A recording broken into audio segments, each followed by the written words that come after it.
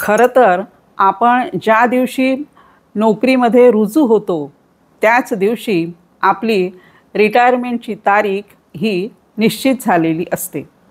आपल्याला माहिती असतं की आपण या तारखेला सेवानिवृत्त होणार आहोत। पण काही लोक असे विचार करतात की मी रिटायर्ड झालो म्हणजे आता मी निरुपयोगी आहे, मी कोणत्याच कामाचा नाही किंवा मला कोणी मानपान देत नाही। तर या पुढील आयुष्य सेवानिवृत्तीनंतरचं आपलं उत्साही, आनंदी आणि आपल्याला आपल्या लाईफमध्ये चैतन्य कसं मिळेल आणि कोणतंही नवीन काम आपण कसं सुरू करणार आहोत याची माहिती आजच्या व्हिडिओमध्ये जाणून घेणार आहोत। तर व्हिडिओ शेवटपर्यंत पहा।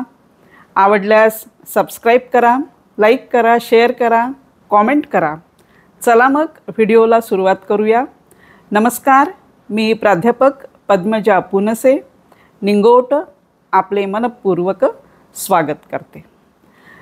ज्या दिवशी आपण रिटायर्ड होतो त्या दिवशी सेवानिवृत्तीच्या दिवशी आपल्याला भरभरून शुभेच्छा दिल्या जातात की पुढील आयुष्य तुमचं निरोगी जावो, तुमच्या लाईफमध्ये आनंद येवो, अशा खूप आपल्याला छान छान शुभेच्छा आपल्या ऑफिसकडून किंवा जिथे तुम्ही सर्व्हिस करत होते तिथून आपल्याला मिळत असतात।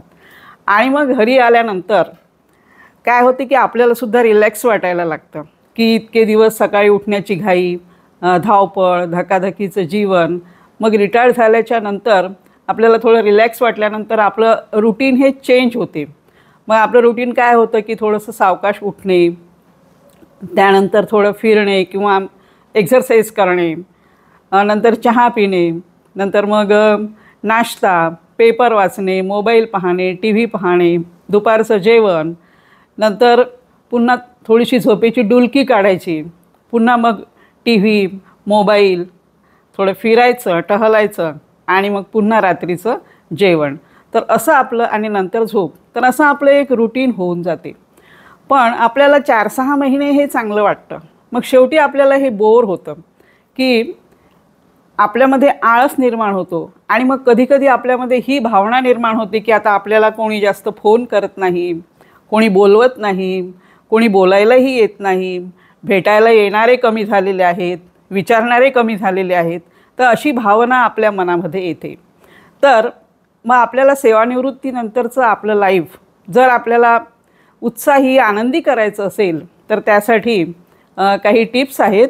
तर त्यामधली पहिली टीप आहे की क्रियाशील रहा, ॲक्टिव्ह रहा। आता ॲक्टिव्ह रहा म्हणजे काय की आपण जेव्हा नोकरीमध्ये असतो तेव्हा वेळेअभावी बरेच आपले जे छंद असतात ते जोपासता येत नाहीत।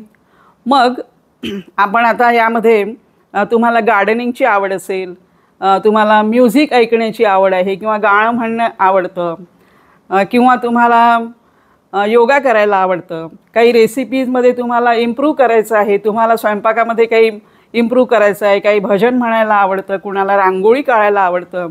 तर जे काही तुमचे आवडीचे छंद असतात, जे वेळेअभावी नोकरीमध्ये असताना आपण करू शकलो नाही, ते आपण आता करत राहायचं, ॲक्टिव्ह राहायचं। कुठले जे सिनियर सिटिझन्सचे प्रोग्राम असतात त्यामध्ये सुद्धा आपण भाग घेऊ शकतो। म्हणून काय होते की ॲक्टिव्ह जर तुम्ही असाल तर तुम्ही फिट आहात असा त्याचा अर्थ होतो। म्हणून ॲक्टिव्ह राहणे, क्रियाशील राहणे हे अतिशय आवश्यक आहे।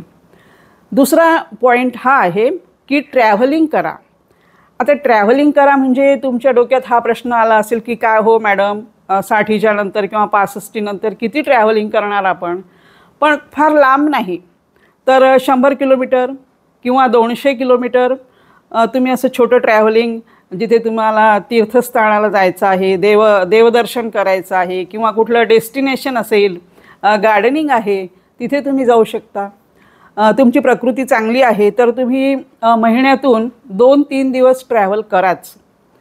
छोटे छोटे टूर्स असतात जे सिनियर सिटिझन्ससाठी अरेंज केलेले असतात, तर त्यामध्ये तुम्ही ट्रॅव्हल करा। किंवा तुमच्याकडे स्वतःची कार आहे तर ड्रायव्हर घ्या, किंवा तुम्ही ड्रायव्हिंग करत असाल तर एकदमच उत्तम।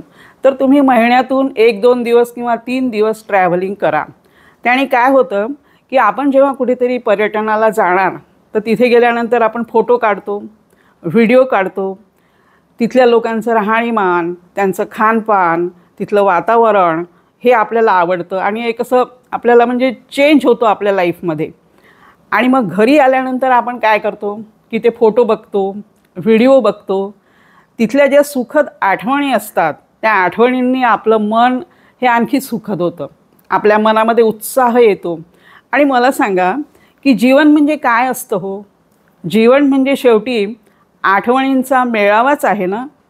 मग त्या सुखद आठवणी जर आपण ठेवल्या तर आपल्याला आपलं लाईफ हे बोरिंग वाटत नाही किंवा असं आपल्या लाईफचं आपल्याला ओझं वाटत नाही.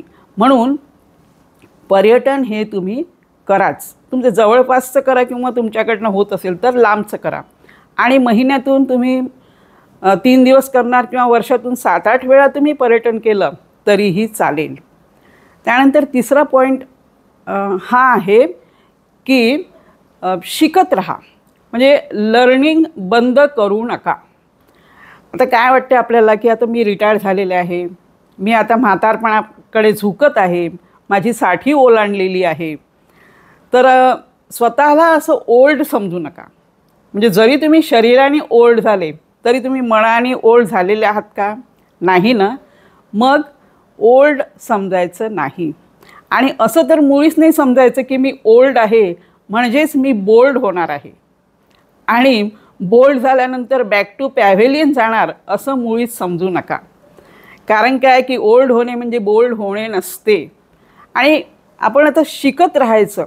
म्हणजे शिकत राहायचं म्हणजे काय की एक साधं उदाहरण बघूया की पूर्वी बघा आपल्याकडे असे छोटे मोबाईल होते, आपण त्याला डब्बा फोन म्हणायचं. आता आपल्याकडे स्मार्टफोन आहे. मग आपण स्मार्टफोन शिकलोच ना.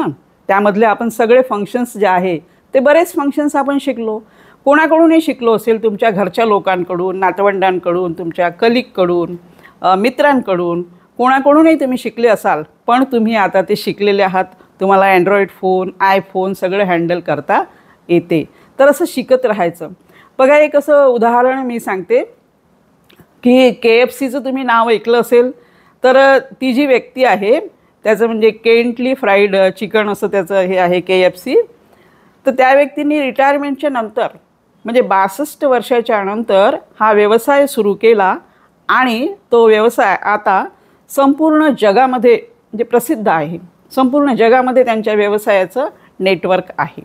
तर असं काही वयाची मर्यादा नसते की मला काही शिकण्यासाठी मर्यादा असेल.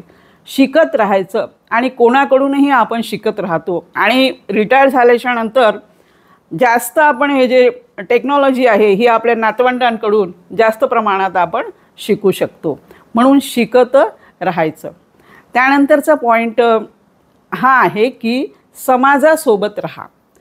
आता बरेच वेळा काय होते की नोकरीमध्ये असल्यामुळे आपण आपल्या नातेवाईकांना वेळ नाही देऊ शकत. समाजातील लोकांना आपलं भेटणं कमी होते, जाणं येणं कमी होतं. तर आता तुम्ही शेजारी आहेत तुमचे, त्यानंतर तुम्ही कुठे मॉर्निंग वॉकला जाता, तेथील लोक आहेत, तुमचे नातेवाईक आहेत, तर त्यांच्यासोबत बोला. तुमचं काही कम्युनिटी असेल, एखादा समुदाय असेल तर असं एक तुम्ही ग्रुप तयार करा. ज्येष्ठ लोकांचा ग्रुप तयार करा. त्यांच्यासोबत तुम्ही म्हणजे कॉन्टॅक्टमध्ये राहा, कनेक्शनमध्ये राहा. तुम्हाला कुठे म्हणजे एखाद्या धार्मिक स्थळावर तुम्हाला सेवा द्यायची असेल तर तिथे तुम्ही एक म्हणजे सेवा देऊ शकता. तर असं जर तुम्ही कम्युनिटीमध्ये राहिले आणि या लोकांच्यासोबत तुम्ही त्यांच्या घरी जायचं, त्यांना आपल्या घरी बोलवायचं. मग असं बोलत राहिले आणि तुमचं जर हे तुमचं जाणं येणं, तुमचं बोलण्याचे व्यवहार असले तर काय होतं की तुमच्यामध्ये एक प्रकारचं असं चैतन्य येतं, जोश येतं, तुमच्यामध्ये उत्साह येतो. आणि मग आपल्याला निवृत्तीनंतर उत्साह एक अशी ऊर्जा संचारते आणि ही ऊर्जा आपल्याला पुढे घेऊन जाते. आणि ही ऊर्जा संचारली म्हणजे काय होतं की ज्या शारीरिक व्याधी असतात, समजा कोणाला अँझायटी आहे, डिप्रेशनमध्ये जाण्याची शक्यता आहे, तर हे तुम्ही जाणार नाही. म्हणून असं कम्युनिटीमध्ये राहायचं, देवाणघेवाण विचारांची, बोलण्याची. आणि प्रत्येक वेळेस काही माझंच खरं, आता आपण नोकरीवर नाही आहे तर हेही सुद्धा लक्षात ठेवायचं. नवीन नवीन काहीतरी आपण असे बोलण्यातून आपले संबंध सुधारायचे. त्यानंतर 5वा पॉईंट हा आहे की फॅमिलीला वेळ द्या. आता जेव्हा आपण नोकरीमध्ये असतो तेव्हा काय होतं की आपण आपल्या कुटुंबाला वेळ नाही देऊ शकत, आपल्या जोडीदाराला वेळ देऊ नाही शकत. मग आता तुम्ही जोडीदाराला वेळ देऊ शकता, एकत्र जेवण करणे, एकत्र चित्रपट पहा, काही तुम्ही एकत्र निर्णय घ्या, कोणताही निर्णय घरातला असेल, आर्थिक असेल किंवा कोणताही असेल तर तुम्ही सगळ्यांसोबत निर्णय घ्या, सोबत राहा. शिवाय आता मोबाईल जो आहे, मोबाईल म्हणजे मुलांच्यासोबत कनेक्ट राहा. आता मुलांसोबत कनेक्ट राहणं म्हणजे तुम्ही म्हणाल की आमचे मुलं मेट्रो सिटीमध्ये आहे, परदेशामध्ये आहे, तर ठीक आहे ना, तुम्ही मोबाईलवर कनेक्ट राहू शकता. तुम्ही व्हिडिओ कॉल त्यांना करा, ते तुम्हाला व्हिडिओ कॉल करतील, तुम्हाला दिसतील, बोलता येईल.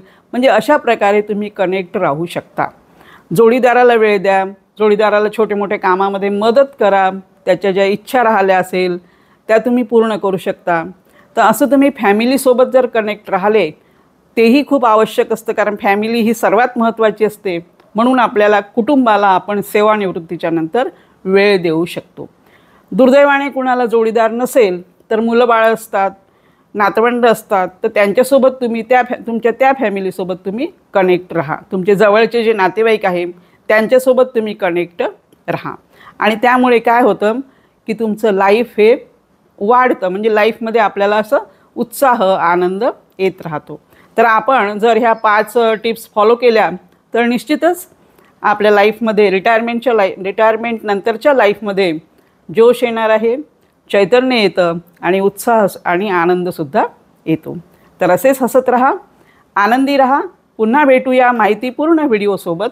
तोपर्यंत नमस्कार.